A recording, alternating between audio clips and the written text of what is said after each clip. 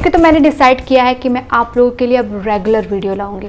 क्यों? मुझे ऐसा लगता है कि काफ़ी कुछ है जानने के लिए जो रेगुलर बेस पे जानने से ज़्यादा कुछ क्लियर होता है। तो आई थिंक ये वीडियो एक ऐसा अच्छा वे है जिससे मैं आपको रेगुलर वाइज कुछ नई चीज़ें सिखाऊं। मेरे लिए रेगुलर वीडियो लाना बहुत टफ होगा क्योंकि बहुत सारी एडिटिंग करनी पड़ती है, तो फिर भी मैं ट्राई करूँगी। तो मेरी वीडियो हमेशा शाम में ही रिलीज़ होगी, तो उसके लिए आप मुझे सब्सक्राइब कर लेना, बेल आइकन प्रेस कर। तो ये वीडियो उन लोगों के लिए होने वाली है जो जानना चाहते हैं कि मुझे फैशन डिज़ाइनिंग करना है, पर उसके पहले मुझे क्या करना चाहिए।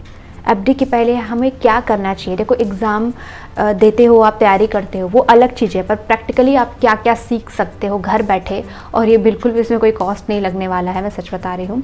आपको बस इसको लर्न करना है और थोड़ी बहुत प्रैक्टिस करनी है। तो ये जो भी मैं बताने वाली हूँ ये मेरा एक्सपीरियंस है, क्योंकि मैंने ऐसे सोचा इस वीडियो को बनाने से पहले कि अगर मुझे मौका मिलता है कि मैं फ़ैशन डिज़ाइनिंग के बारे में कुछ सीखूं, तो मुझे क्या सीखना चाहिए था पहले, जो मुझे अब सीखना पड़ा है, जिसको डिफ़िकल्टीज़ फेस किया है।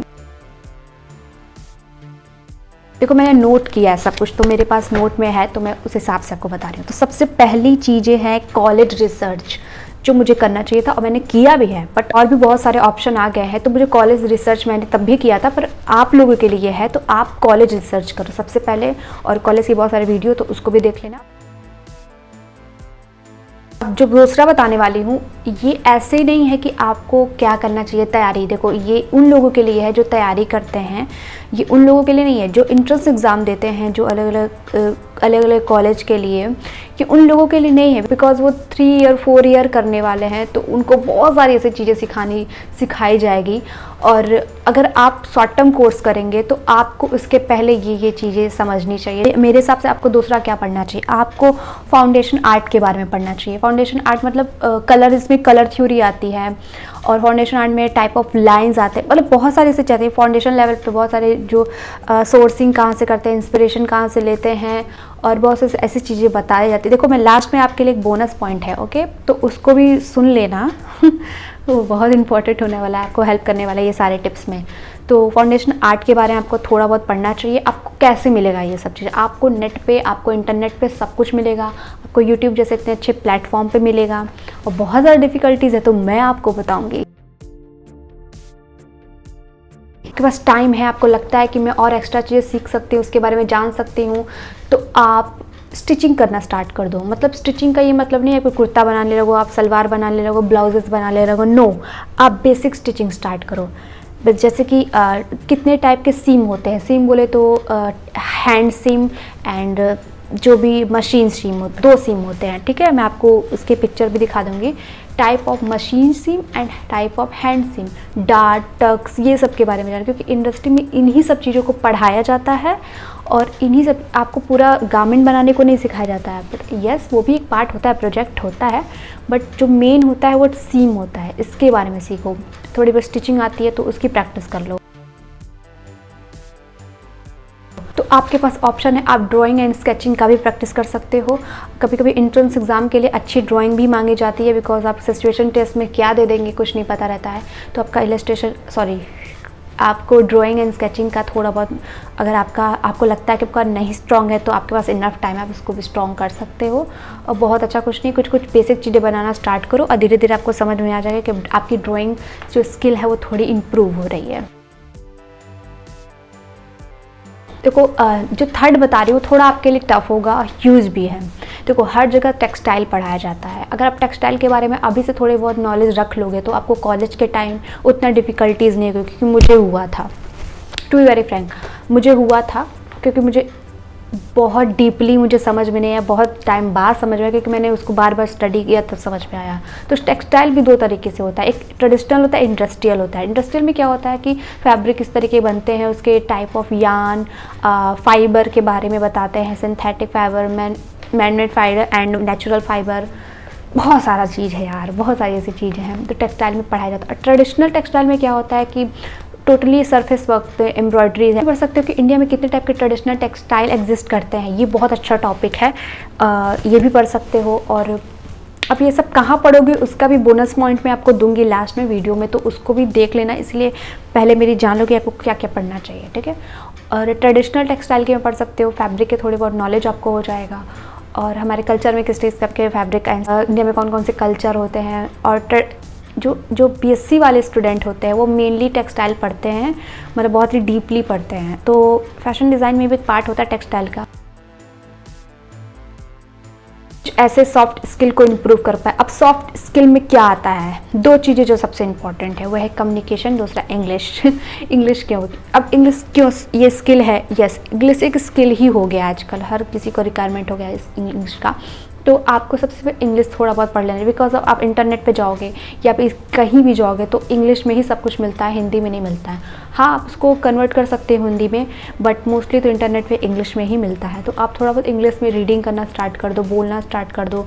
इंग्लिश में कोई डिफ़िकल्टीज आ रही है तो इंग्लिश की वीडियो भी मेरी एक वीडियो मैंने बनाई है, उसको पढ़ो, उसको देख लो, उसको थोड़ा फॉलो करो।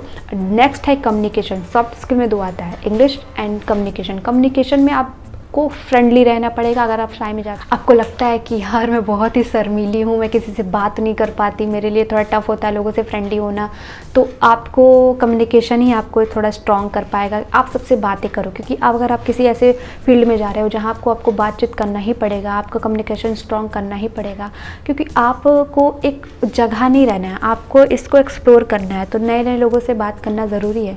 कभी कभी सीनियर से, कभी कभी जूनियर से बात करना पड़ता है। इससे आप खुलोगे और आपको बहुत सारी चीज़ें नई चीज़ें पता चलेगी। मैं ऐसी लड़की हूँ कि मैं बहुत ही शर्मीली टाइप की लड़की, मुझे ज़्यादा दोस्त बनाना और लोगों से बात करना बिल्कुल भी नहीं पसंद था। पर 2-3 सालों में मैंने खुद को बहुत इम्प्रूव किया है, और अगर मैं इम्प्रूव नहीं करती खुद को तो मैं आज आपके सामने नहीं होती। आपको पॉइंट मैं आपको सजेस्ट करूँगी कि सोर्स ऑफ इंस्पिरेशन। देखो, डिज़ाइन बनाने से पहले बहुत सारी चीज़ों का इंस्पिरेशन लेना पड़ता है। तो आप सोर्स ऑफ इंस्पिरेशन में आप क्या क्या कर सकते हो, क्या क्या सीख सकते हो, ये भी चीज़ें पढ़ सकते हो। इंटरनेट पे आपको सब कुछ मिलने वाला है। और लास्ट में बोनस पॉइंट जो बताने वाली हूँ उसका भी आपको फ़ायदा मिलने वाला है। इंस्पिरेशन कहाँ से ले सकते हो, उसके कौन कौन से सोर्सेस होते हैं, ठीक है। मैगज़ीन हो सकता है, और आपको नेचर हो सकता है। इंस्पिरेशन तो कहीं से भी हो सकता है ना। आप चाहो तो ऑफलाइन भी इंस्पिरेशन ले सकते हो, कहीं बाहर जाके, कहीं ट्रैवल करके। इंस्पिरेशन के क्या क्या सोर्स होते हैं, मेनली ये आपको सीखना चाहिए और जानना चाहिए, क्योंकि लास्ट में आप प्रोजेक्ट बनाते हो और उस पर काम करते हो, आप अपना एक इंस्पिरेशन डिसाइड करते ही हो इस फील्ड में आके, तो आपके सोचने का और इमेजिनेशन का पावर और ज़्यादा बढ़ सकता है। लास्ट है पैटर्न मेकिंग। अब पैटर्न मेकिंग क्या है कि कोई भी आप ड्रेस बनाना चाह रहे हो तो उस ड्रेस का कटिंग कपड़े पे जो करते हो उसके पहले आप किसी पेपर पे करो, पैटर्न डेवलप करो। आप खुद ही से स्टार्ट कर दो। अपना सिंपल बॉडी जो आपका साइज़ है उस साइज़, अपना साइज़ लो। आपको साइज़ लेना नहीं आता, मतलब मेज़र करना नहीं आता, वो भी मैं आपको बता दूंगी। अपना मेज़रमेंट लेना स्टार्ट करो, अपनी मेज़रमेंट या किसी और का मेज़रमेंट लो और पेपर पे कटिंग करना शुरू कर दो। शोल्डर बनाना, नेक बनाना, मतलब ओवरऑल सिंपल बॉडीज़ बनाना स्टार्ट कर दो। इससे आपको पता चलेगा, आपको कटिंग करना आएगा, आपको उसके बाद आप उसको फैब्रिक में कन्वर्ट करके उसको आप टॉप बना सकते हैं। मेनली पैटर्न मेकिंग, थोड़ा बहुत पैटर्न मेकिंग के बारे में सीखो। और अगर आपको ये देखो, मेरा क्या था ना कि मुझे पैटर्न मेकिंग में बहुत ही ज़्यादा ज़ीरो थी और मैंने खुद से ही पैटर्न मेकिंग इम्प्रूव किया। मैं क्लास में मुझे लोग बता रहे हैं, मैम ने बताया, पर वो मेरे सर के ऊपर से चला जाता था। पर खुद को मैंने पुश किया, बिकॉज अब आज की डेट में मेरा पैटर्न मेकिंग जो है ना वो फेवरेट सब्जेक्ट है। मुझे पैटर्न कटिंग करना, पैटर्न डेवलप करना बहुत पसंद है। चलो, बताने को तो बहुत सारी ऐसी चीज़ें हैं जिसके बारे में आप पढ़ो, लेकिन मैं आपको बहुत ज़्यादा प्रेशर नहीं दूंगी, बिकॉज आपको उसके बारे में कुछ भी नहीं पता है। तो आप इनमें से एक चीज़ भी अगर कर लोगे ना तो बहुत कुछ पता चल जाएगा। आपके पास अभी भी टाइम है कि आप कोई शॉर्ट ड्यूरेशन का कोर्स कर लो, जो रखाया और आपको सब कुछ बैठे बैठे बोले तो आराम से सिखाएंगे, समझाएंगे, तो आप उसको ग्रैब कर लोगे। बट अगर मैं बोलूँ, अगर आप खुद से ये सब रिसर्च करोगे, खुद से सीखोगे, तो आप इतने ब्रिलियंट हो जाओगे। मतलब रिसर्च का जो पावर होता है ना वो आपके अंदर आ जाएगा। कोई चीज़ अगर रखाई होती है उतना इफ़ेक्टिव नहीं होती है जितना आप खुद से एफर्ट करते हो। ऑर्गेनिकली आप खुद एफर्ट करोगे तो आपको अंदर एक पावर आएगा उस चीज़ को अंडरस्टैंड करने का। वो पावर शायद मुझ में भी आया है, बिकॉज अब मैं बहुत ज़्यादा रिसर्च करती हूँ और मैं ज़्यादातर आप लोगों के लिए तो हर टाइम रिसर्च करती हूँ और ख़ुद के लिए तो मुझे पर्सनली करना ही रहता है। ओके, तो मैंने ज़्यादा ही बोल दिया, तो मैं आपको अब बोनस पॉइंट बताती हूँ। तो अभी का बोनस पॉइंट क्या है? तो बोनस पॉइंट ये है कि आपको मैंने जो भी सब्जेक्ट बताया, ओके, आपको इसमें कोई भी प्रॉब्लम आता है, किसी भी टॉपिक पे आप मुझसे डायरेक्टली कनेक्ट कर सकते हो। कैसे? इंस्टाग्राम पे मैं आप लोगों के लिए, आप कोई भी जन अगर आप सारे फॉलो करोगे तो बहुत अच्छा है, क्लैप है आप लोगों के लिए। अगर आपको एक भी जन एक भी टॉपिक उठा के उसको पढ़ता है और उसको कहीं भी कन्फ्यूज़न आता है तो मैं आपको पूरी तरीके से फ्रीली गाइड करूँगी, और एनी टाइम, एवरी टाइम। और ये एक ही सब्जेक्ट होगा, ओनली वन, जो आप सीखना चाहते हो मुझसे। ओके, तो उसके लिए आप कमेंट कर देना और इंस्टाग्राम पे फॉलो कर लेना, मैं आपको गाइड करूँगी। बिकॉज अब मैंने अगर आपको ये बोला है तो मेरा फ़र्ज़ बनता है कि मैं आपको रास्ता भी दिखाऊँ। तो आई होप कि आपको मेरी वीडियो अच्छी लगी होगी, एंड सब्सक्राइब कर लेना क्योंकि रेगुलर आने वाली हूँ। और अच्छी लगी हो तो बेल आइकन प्रेस कर देना। जो नए हो उसके लिए वेलकम, और जो पुराने हो उसके लिए थैंक यू, बिकॉज ऑफ आप पुराने और मुझे देखते हो।